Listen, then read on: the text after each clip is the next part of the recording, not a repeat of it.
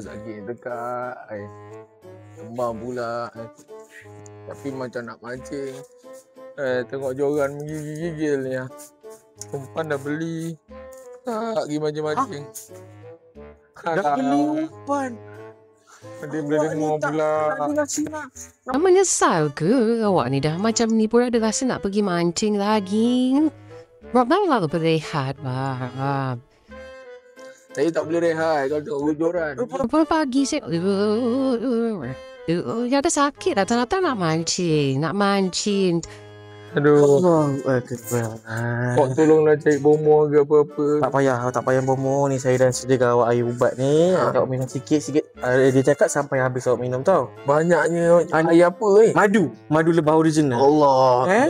Jawab minum lah. Okey lah, saya ni nak sambung kerja. Iyalah. Demam sikit je. Saya ni apa. Kalau nak cerita saya punya penat ni.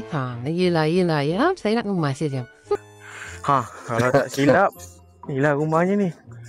Model Sam ni, abang dari Sam. Inilah rumah dia ni. Dia kata banyak pokok rumah dia. Betul lah ni. Bang Sam. Bang Sam ke ni? Bang Sam. Allah, Mohsin. Ya, Mohsin. Demam, Mohsin. Aduh, aku dah gigil lah ni, kau tahu tak? Aduh, kau nak buat apa? Baru nak ajak mancing. Mancing? Yelah kan dah janji 4 hari sekali nak jumpa. Kau janji kau mancing, aku pun bawa mancing ni.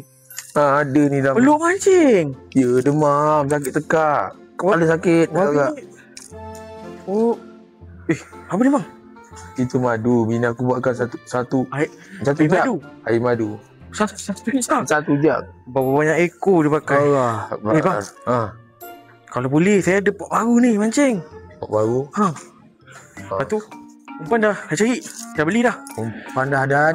Umpan grade AA. Boleh? Macam demam lah. Saya cover abang.